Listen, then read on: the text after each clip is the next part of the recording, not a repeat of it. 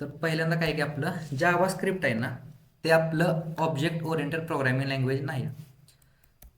Java script is not and OOP language.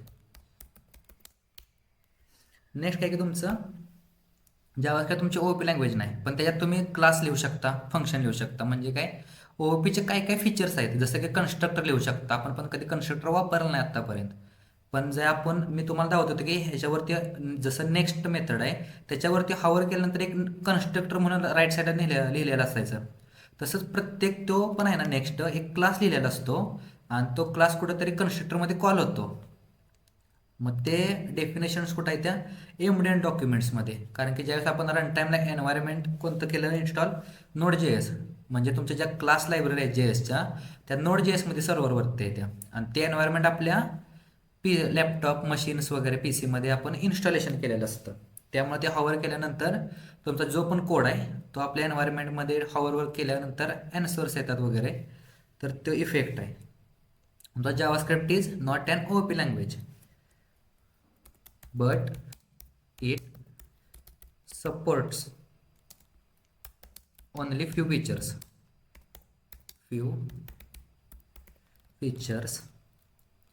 of OOP. Next काय तुमचं आता मार्केटमध्ये आहे ना व्हेरियस प्रकारच्या प्रोग्रॅमिंग लँग्वेजेस आहेत. Various programming systems are used in software development, right? Software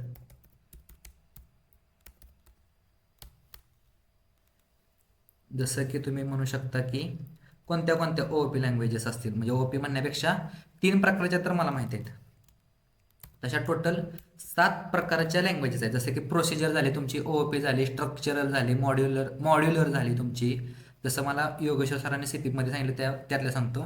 OOP झाली, ऑब्जेक्ट बेस्ड झाली, इव्हेंट ड्रिव्हन झाली तुमची, फंक्शनल OOP लँग्वेज झाली. आत्ता जास्त मार्केटमध्ये फंक्शनल OOP वगैरे CP मध्ये आहे, CPP20. पण त्यातल्या मी ज्या जावास्क्रिप्टसाठी नोट्स काढल्यात त्यात POPS आहे. POPS म्हणजे काय प्रोसेस ओरिएंटेड प्रोग्रामिंग सिस्टीम. जसं की तुमची प्रोसिजर म्हणा नाही तर प्रोसेस म्हणा. नेक्स्ट काय आहे की तुमची बी मध्ये येते तुमची OBPS मध्ये पण काय काय येतं, POPS मध्ये पण काय येतं आणि OOPS मध्ये पण काय येतं ते सगळं सांगतो. आता तुमची POPS काय आहे तुमची process oriented programming system. Process oriented programming system म्हणजे एक प्रोसेस असते लाईन बाय लाईन. जसं जावास्क्रिप्टमध्ये कोड एक्झिक्यूट होतो ना, तसं सी मध्ये पण काय होतं लाईन बाय लाईन एक्झिक्यूट होतं ना, की कोणतं पण मेन फंक्शनमधून जे आपण खालीपर्यंत डिक्लेरेशन कॉलिंग सिस्टीम करणार आहे त्याला एक प्रोसेस असते. त्या प्रोसेसप्रमाणे एक प्रोग्रामिंग सिस्टीम काम करते ना, त्याला प्रोसेस ओरिएंटेड सिस्टीम्स असं म्हणतात. आता ही याचं फीचर्स काय येतं, फीचर्स म्हणजे तुम्ही म्हणू शकता it supports low level features. Low level features म्हणजे काय असतं, ज्यावेळेस तुमचा लॅपटॉप आहे, लॅपटॉपमध्ये तुमचं जे तुम्ही C टाईप चार्जर लावताय, तुमचं कोणतं पण एखादा माऊस लावताय, तर तुमच्या लॅपटॉपला कसं कळते की तो माऊसचाच पोर्ट आहे. मग त्यासाठी जे पण लो लेवलचं जे प्रोग्रामिंग केलं जातं त्याला जे ड्रायव्हर्स आपण म्हणू शकतो, ते ड्रायव्हर्स वगैरे लिहिले जातात ना, ते C मध्ये लिहिले जातात. C मध्ये का लिहिले जातात, कारण की युनिक्स ऑपरेटिंग सिस्टीम जी बिल्ड केली आहे ती C मध्ये, युनिक्स ऑपरेटिंग सिस्टीम वापरून C लँग्वेज बनवली का, तर तुमचे जे लो लेवल जे फीचर्स असतात तुमच्या लॅपटॉपचे जे कनेक्शन्स असतील. आपल्याला बघा ह्याच्यात सेकंड इयरमध्ये कोणता सब्जेक्ट होता, इलेक्ट्रॉनिक्समध्ये सिरियल पोर्ट कम्युनिकेशन वगैरे असताना ते सिरियल पोर्ट कसं होतं की पहिल्या काळात आहे ना, यातलं हे बघू तुमचा हा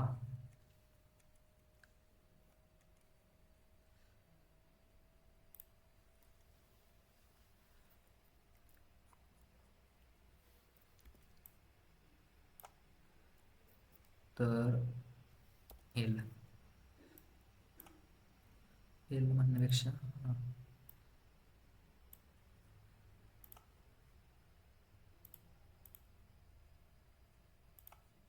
तर पहिल्या काळात आहे ना, पहिल्या म्हणजे अजून पण चालू आहे.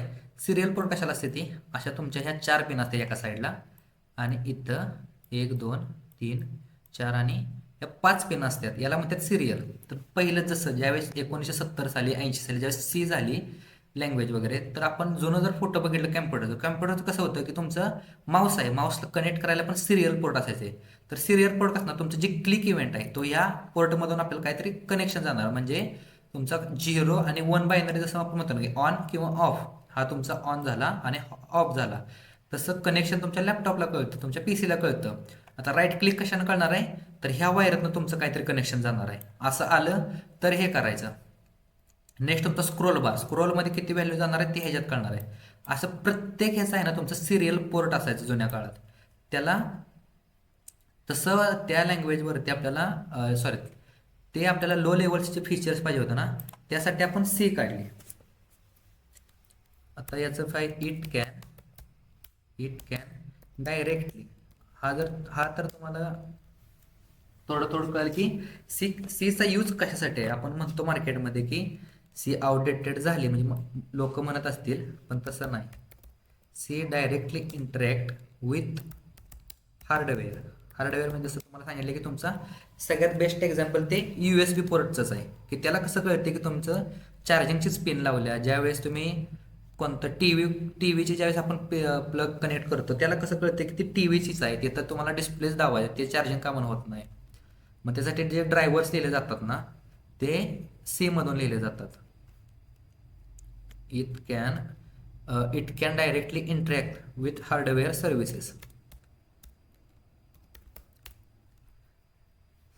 आता याची सगळ्यात लो लेवल मेमरी असते, त्यामुळे आपल्याला आहे ना इंटरव्ह्यूमध्ये पण सी का म्हण देतात की सी मध्ये तुमचं लॉजिक बिल्ड होतं, सी मध्ये तुमचं भरपूर अशा गोष्टी बिल्ड होतात.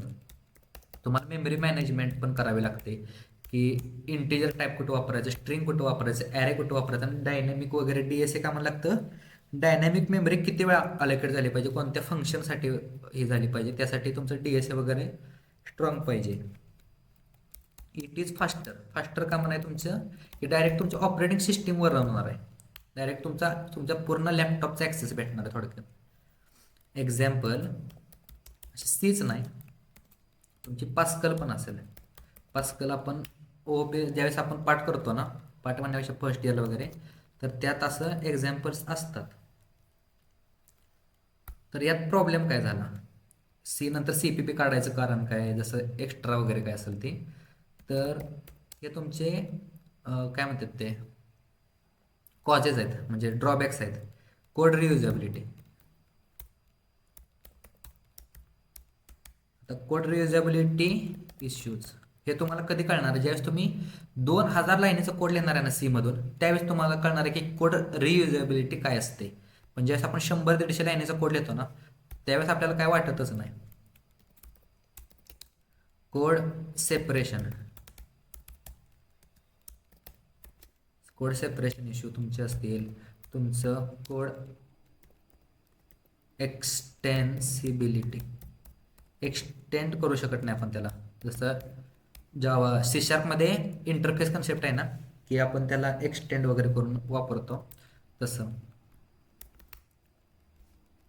Code एक्सटेन्सिबिलिटी issue.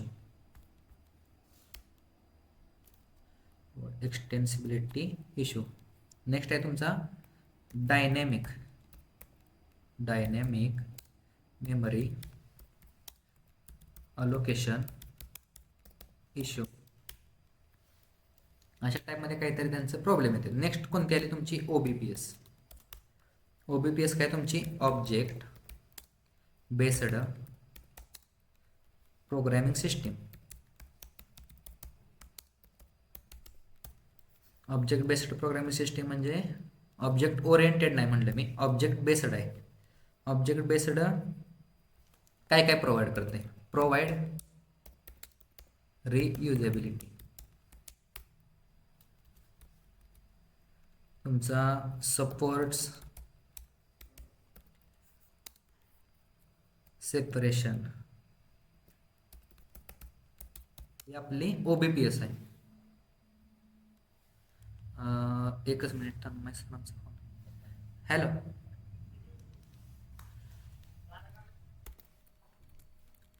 सेपरेशन अँड एक्सटेन्सिबिलिटी हा तुमची जावास्क्रिप्टमध्ये येते. EXTENSIBILITY.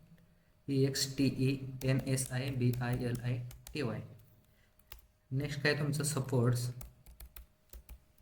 Supports dynamic memory allocation.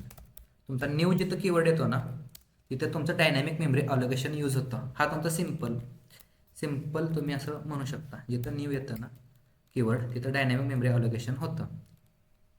Support dynamic memory allocation. Example तुम्ही जर घ्यायचं झालंच तर जावास्क्रिप्ट, जावा AVASCRIPT. आणि अजून कोणता आहे VB.NET. .NET नाही म्हणू शकत, .NET म्हणून .NET VB.NET आता आपल्या सिलेबसला नाही. आता आपल्याला कोणतं आहे C#.NET आहे. Pure object oriented. सगळं लिहायचं ते क्लासमध्ये लिहायचं. आता या ड्रॉबॅक्स काय येतं की no code level security. No code level security असेल तुमचं. No dynamic polymorphism.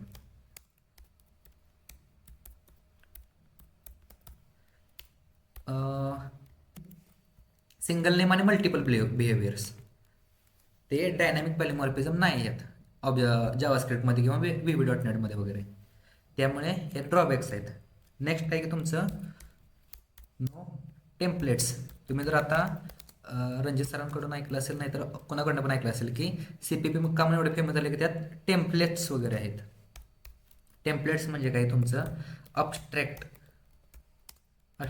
मेंबर्स. अब्स्ट्रॅक्ट्स म्हणजे हायडिंग समथिंग वगैरे काय ते असतं ते. पण हे तुमचं हायडिंग समथिंग वगैरे कुठं अचीव होतं, प्रायव्हेट ॲक्सेस स्पेसिफायर्स वगैरे आहेत ना ते तुमचं टाईपस्क्रिप्टमध्ये आहे तुमच्या. हे बघ मी फक्त जावास्क्रिप्ट लिहिले तर मी टाईपस्क्रिप्ट पण लिहू शकलो असतो, पण टाईपस्क्रिप्टमध्ये फीचर्स बऱ्यापैकी ॲडव्हान्स झाले, थोडे वाढलेत. एक जास्त नाही वाढले, थोडे वाढलेत. नो कॉन्ट्रॅक्ट्स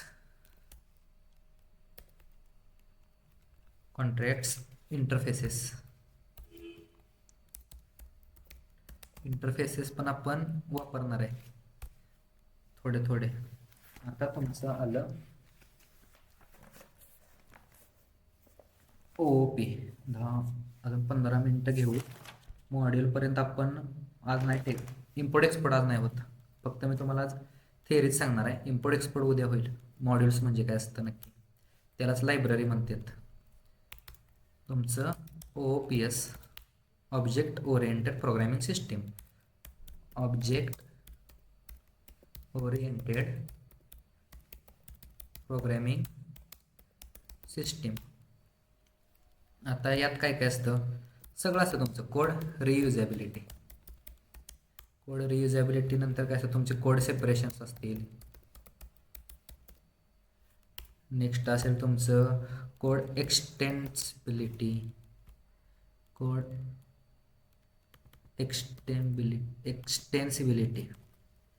नेक्स्ट असेल तुमचं कोड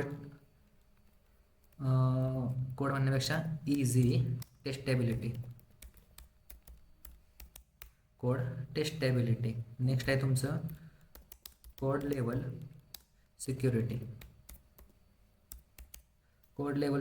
असेल. नेक्स्ट आहे तुमचं supports dynamic polymorphism. New keywords वगैरे. Dynamic polymorphism provides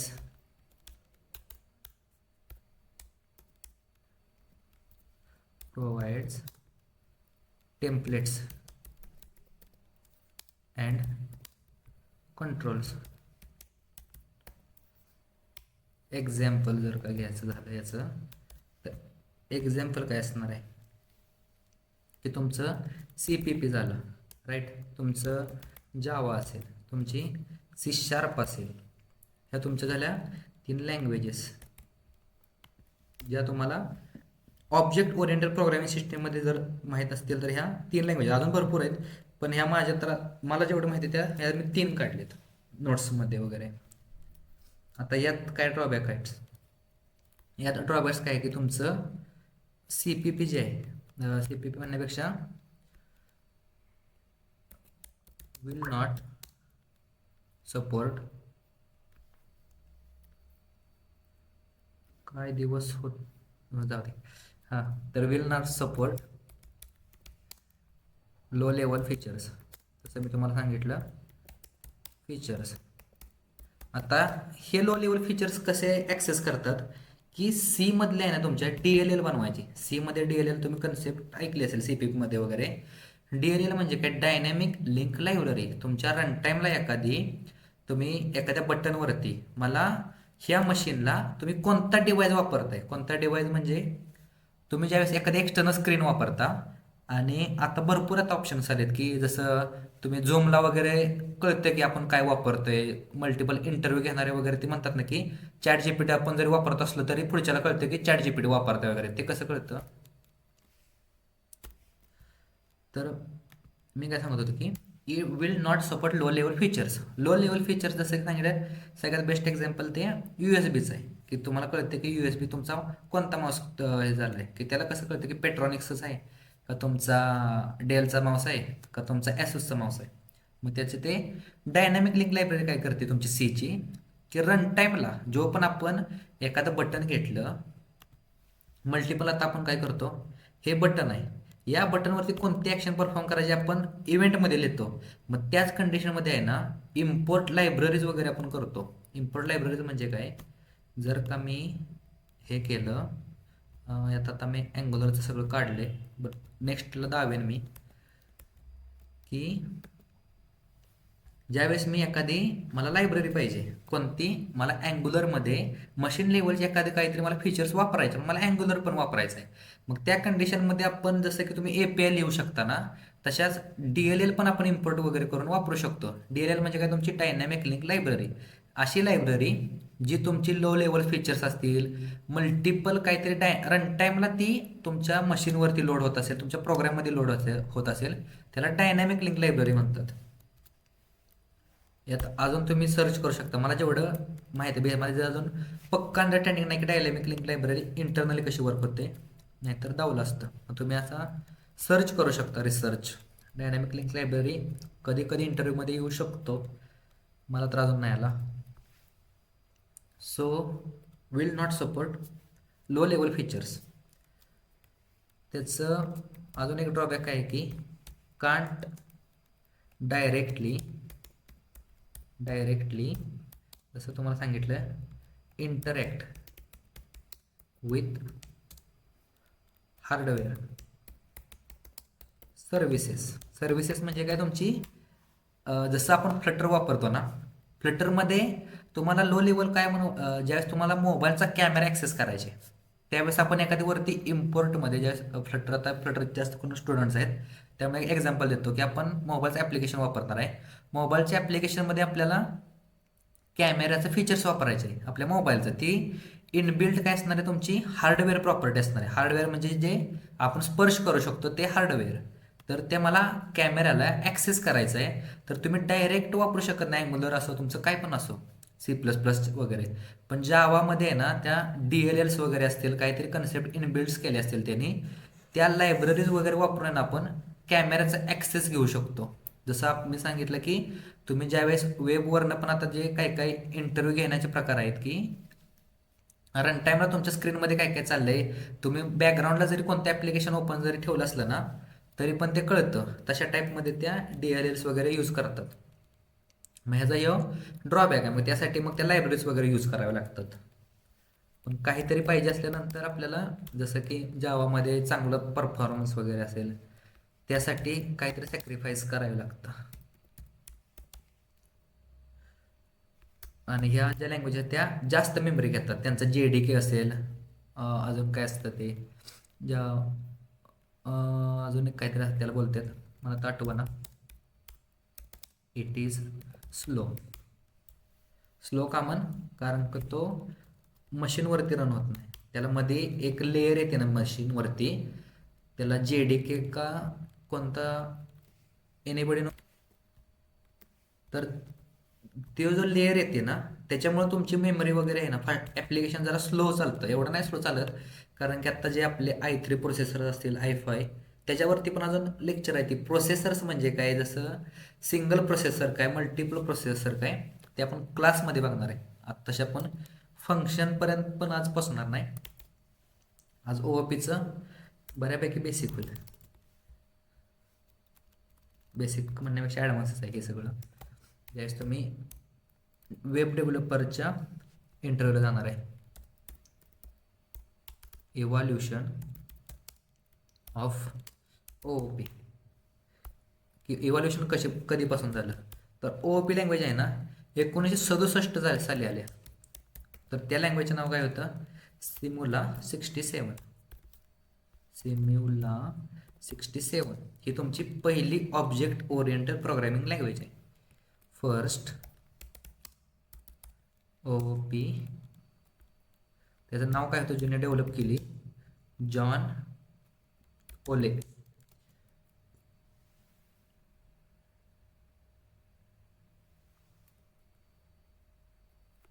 बायगार्ड, NYGUARD,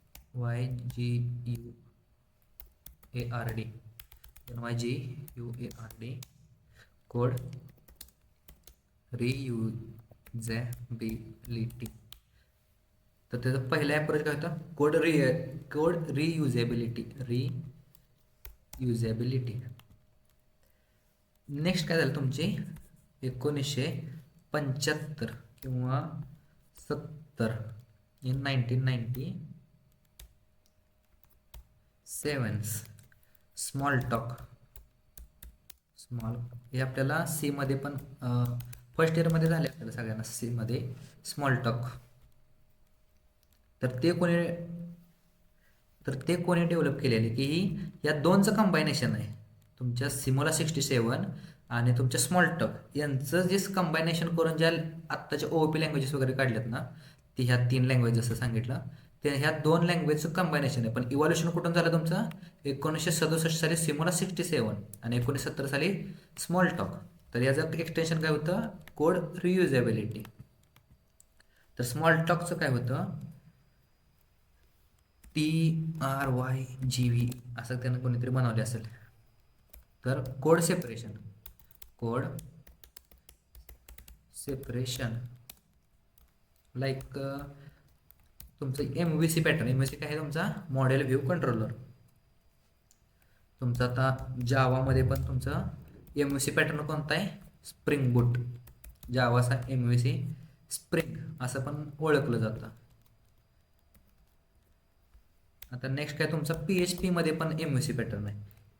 PHP मध्ये कोणता MVC पॅटर्न आहे, की तुमचा कोड इग्निटर. नेक्स्ट आहे तुमचा कोड केक का कोक, केकच आहे बहुतेक, केक PHP असं काहीतरी ते फ्रेमवर्क्स आहेत. नेक्स्ट आहे की तुमचा पायथनमध्ये कोणता आहे, MVC DJango हा तुमचा MVC पॅटर्न आहे, पायथन. नेक्स्ट आहे तुमचा .NET MVC. तर MVC पॅटर्न कोणता आहे तुमचा, ASP.NET MVC. असं प्रत्येकाचं एक एक फ्रेमवर्क आहे. आता यांचं इव्हॉल्युशन कधी झालं, 1975 साली तुमचं CPP लॉन्च झालं, राईट. नेक्स्ट आहे तुमचं 1990 साली तुमचं जावा लॉन्च झालं. 2003 साली तुमचं C# लॉन्च झालं.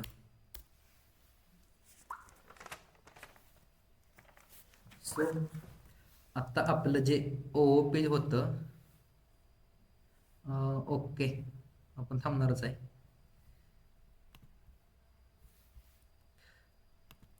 पण आता तुमचं जे OOP आहे ते सगळं संपलं. OOP म्हणजे की कशा कुठनं लँग्वेजेस आल्या, की OOP-मध्ये जावास्क्रिप्टमध्ये काय काय फीचर्स करतात. तर बेसिकली जावास्क्रिप्टमध्ये 4 फीचर्स सपोर्ट करतात. हे रेकॉर्डिंगमध्ये नसलं तरी चालेल.